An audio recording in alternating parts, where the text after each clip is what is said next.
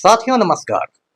पटना बिहार से मैं Amitabh Kumar Das, IPS 94 batch, और आप देख रहे हैं मेरा अपना यूट्यूब चैनल दास बोले बिंदास। क्योंकि जब बुज़दिलों ने मुंह में दही जमा लिया हो तो दास का बिंदास बोलना जरूरी हो जाता है। साथियों, खबर यह है कि बिहार में जहरीली शराब की वजह से लाशों का अंबार लग गया है और हमारे पलटू राम चैन की बंशी बना रहे हैं। इस वीडियो को आखिर तक दिल थाम कर देखिए। साथियों, 2000 साल पहले की बात है। उसमें रोमन साम्राज्य हुआ करता था और रोम में एक बार आग लग गई। पूरा रोम जल रहा था, लेकिन जो रोम का सम्राट था, नीरो नाम था उसका, वो आराम से बंशी बजा रहा था। तो 2000 साल बाद भी ये कहावत लोग कहते हैं कि जब रोम जल रहा था तो नीरो बंशी बजाता था। Nero fiddled when Rome burned. वही हाल आज बिहार में हो गया है। बिहार में जहरीली शराब की वजह से मौत का तांडव हो रहा है। लोगों की लाशें गिर रही हैं, लोगों की आंखों की रोशनी जा रही है, और हमारे जो मुख्यमंत्री हैं पलटू राम, वो माफिया डॉन अनंत सिंह के जूते चमका रहे हैं। क्यों हुए हैं ऐसे हालात? साथियों, 2016 के आसपास पलटू राम ने बिहार में नशाबंदी की घोषणा की, दारूबंदी की, और बिहार को एक ड्राई स्टेट घोषित कर दिया। ड्राई स्टेट का ये मतलब हुआ कि अब बिहार में पूरी तरह से दारू बंद कर दी गई है। हिंदुस्तान में 2-3 और राज्य भी ड्राई स्टेट हैं, एक तो गुजरात ही है। तो बिहार में भी नशाबंदी लागू की गई और पलटू राम ने इसको काफी धूमधाम से लागू किया। मतलब ऐसा उन्होंने दिखाया कि वो बहुत बड़े समाज सुधारक हों और राजा राम मोहन राय के बाद पलटू राम का ही नंबर आता हो। और कहा गया कि बिल्कुल हम लोग गांधी जी के रास्ते पर चलेंगे और नशाबंदी होगी, नशा मुक्त बिहार बनेगा, तो घरेलू हिंसा में कमी आएगी। जो शराबी पति शराब के नशे में अपनी घरवाली के साथ मारपीट करते हैं, उस मारपीट की घटना में कमी आएगी। और बिल्कुल मतलब सरकारी अधिकारियों को शपथ दिलवाया गया, मंत्रियों ने, विधायकों ने, सबने शपथ लिया कि मैं शपथ लेता हूं कि कभी नहीं दारू छूंगा, वगैरह वगैरह। लेकिन ये जो नशाबंदी हुई, ये बुरी तरह कहते ना फेल कर गई। जबकि इसमें सारी नौटंकियां की गई। नौटंकियां ये हुई कि पलटू राम ने कहा कि ड्रोन का इस्तेमाल किया जाएगा। मतलब आसमान में ड्रोन उड़ाए जाएंगे और ड्रोन रखेंगे, नजर रखेंगे किसी शराबी पर, और आसमान से ही ड्रोन की निगाह रहेगी शराबियों पर। मैंने फेसबुक पर लिखा कि ड्रोन क्यों, अग्नि मिसाइल तैनात कर दिया जाए डाक बंगला चौराहा पटना पर, और जो शराबी ताड़ी पीता दिखाई दे सीधे अग्नि मिसाइल छोड़ देना है। तो बहुत नौटंकी हुई। उसमें तेलंगाना से खास किस्म के कुत्ते मंगाए गए। बिहार पुलिस ने वे कुत्ते मंगाए, तेलंगाना से आए, उनको विशेष मतलब प्रशिक्षण दिया गया है, कुत्तों को ट्रेनिंग दी गई है कि वो सूंघ के शराब की पेटी पकड़ लेंगे। यदि शराब छिपकर भी जा रही होगी तो वो सूंघ कर शराब पकड़ लेंगे। ऐसे ऐसे कुत्ते। उसके बाद कहा गया कि यदि किसी के घर में खाली बोतल भी मिलेगी शराब की, तो उस आदमी को तो सजा मिलेगी ही, मकान मालिक को भी जेल जाना पड़ेगा। और इस अति उत्साह में इतने लोग जेल गए कि बिल्कुल बिहार के जेल भर गए, और ज्यादातर जेल जाने वाले गरीब लोग, कमजोर लोग थे। बाद में कोर्ट ने बहुत फटकार लगाई बिहार सरकार को कि क्या मजाक है, क्या वाहियात कानून बना दिया है सरकार ने। तब जाकर उस कानून में कुछ संशोधन सब किए गए कि पहली बार पीजिएगा तो जुर्माना देकर छूट जाइएगा, ये होगा वो होगा। तो इस तरह से ये किया गया। लेकिन शराबबंदी फेल हुई और उसके 2-3 बहुत खराब परिणाम निकले। पहला परिणाम तो ये निकला कि पूरे बिहार में एक शराब माफिया का उदय हो गया। साथियों, ये पूरे हिंदुस्तान का अनुभव रहा है। जिस जिस देश में ये शराबबंदी हुई हो, उस देश में एक शराब माफिया आती। हिंदुस्तान का क्या कहें, पूरी दुनिया का अनुभव रहा है। अमेरिका में 1930 के दशक में जब शराबबंदी हुई थी तो शिकागो में एक बहुत बड़ा अपराध का साम्राज्य हो गया था। एल कैपोन जैसे माफिया डॉन आ गए थे जिनका मेन काम शराब की तस्करी करना था, जिसको बूट लेगिंग कहते हैं। 70 के दशक में महाराष्ट्र में, बॉम्बे में भी जब नशाबंदी की गई थी, यही बूटलेगर्स आ गए थे। बिहार में भी वही हुआ, शराब माफिया पैदा हो गया, और जो भ्रष्ट पुलिस वाले हैं, वो चाहे थानेदार हो वहां से देखे आईपीएस तक, वो लोग बिल्कुल माला माल हो गए इसी शराब की तस्करी कराने में। और आज तो ये स्थिति है बिहार में कि यदि आपके पास पैसे हैं, आपके पास संपर्क है, कांटेक्ट नंबर्स हैं, तो महंगी से महंगी शराब, विदेशी शराब, जॉनी वॉकर हो, ऑफिसर्स चॉइस हो, कोई भी हो, वो आपके घर पर पहुंचा दी जाएगी। ये स्थिति है शराब माफिया की। मतलब जो शराबबंदी है वो फिर सिर्फ कागज पर सिमट के रह गई है। न मद्य निषेध विभाग कुछ कर पा रहा है, न पुलिस। चारों ओर भ्रष्टाचार का बोलबाला है। शराब माफिया की जो पैठ है वो तो सत्ता के गलियारों में है।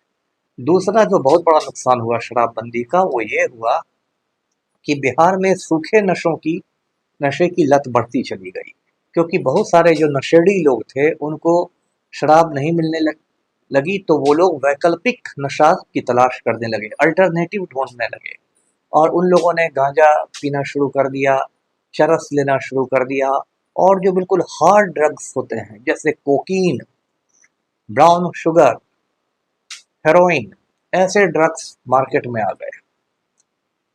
और आप जानते हैं कि पंजाब में ड्रग्स के व्यापार ने पूरे पंजाब की जो नई नस्ल है, जो युवा पीढ़ी है, उसको चौपट कर दिया है। पंजाब की पूरी नई पीढ़ी नशे की गिरफ्त में है। उस पर एक फिल्म भी आई थी, उड़ता पंजाब। तो बिहार में ये हालत बन रहे हैं कि 2-4 साल बाद उड़ता बिहार हो जाएगा।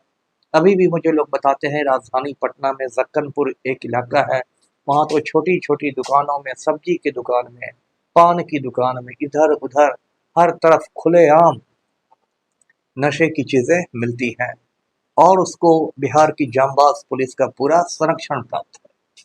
तो इस तरह से नशे की गिरफ्त में हम आ रहे हैं। और नशे से एक बात याद आई कि जब से मोदी जी प्रधानमंत्री बने हैं, तब से गुजरात में एक मुंद्रा बंदरगाह है जो अडानी नियंत्रित करता है।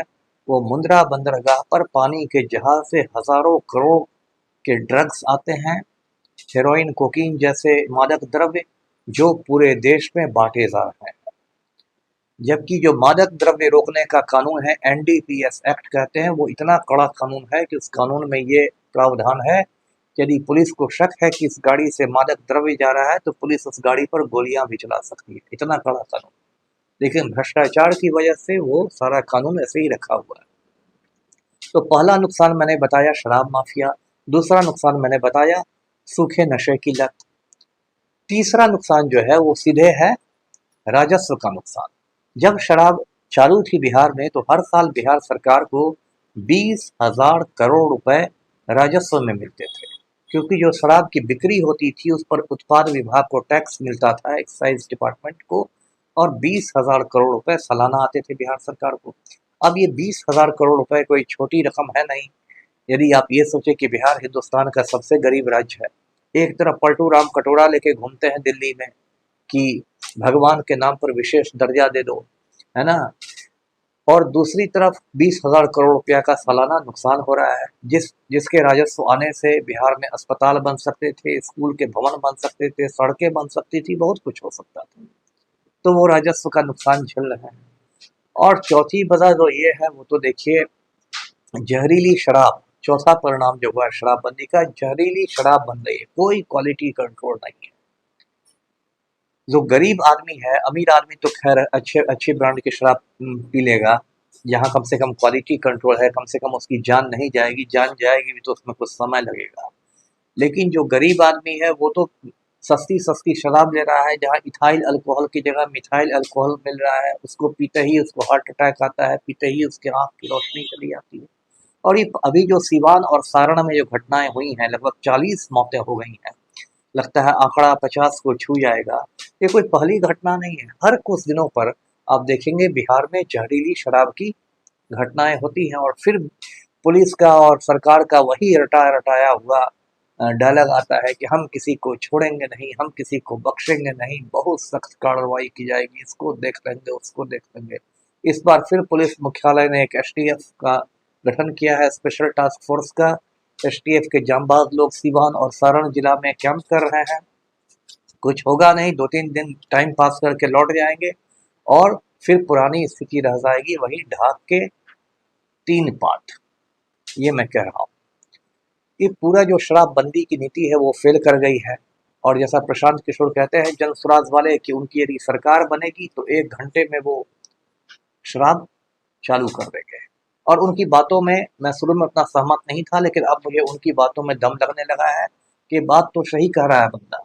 जब आप शराबबंदी को ठीक से लागू ही नहीं कर पाते हैं, सिर्फ कागज पर ही शराबबंदी रह गई है, और शराबबंदी की वजह से शराब माफिया का उदय हो गया है, सूखे नशे की लत लग गई है, राजस्व का घाटा हो रहा है, जहरीली शराब कांड हो रहे हैं, तो शराबबंदी को सीने से चिपका के क्या रखना है।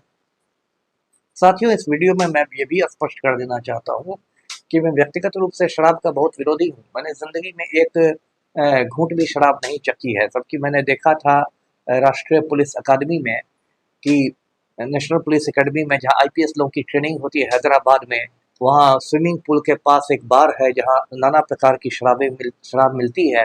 और मैंने देखा था कि छोटे छोटे कस्बों से लड़के आईपीएस बनते हैं, और जहाँ वो आते हैं पुलिस एकेडमी में, पहला काम जो शुरू करते हैं वो दारू पीना शुरू करते हैं। उनको लगता है कि दारू पीने से ही कुछ हमें साहबियत आ जाएगी और हम कुछ हाई सोसाइटी के लोग बन जाएंगे। तो एक स्टेटस सिंबल हो गया है दारू पीना, जबकि दारू पीना में कुछ रखा नहीं है। वो आपका लीवर सड़ा देगी, वो आपका दिमाग सड़ा देगी, वो आपको एक सड़ा हुआ आदमी बना देगी, और आप आदमी की शक्ल में आप एक जानवर बन जाएंगे। इसलिए ये वीडियो से नहीं, मैं आप समझिए कि मैं कोई शराब पीने की वकालत कर रहा हूँ।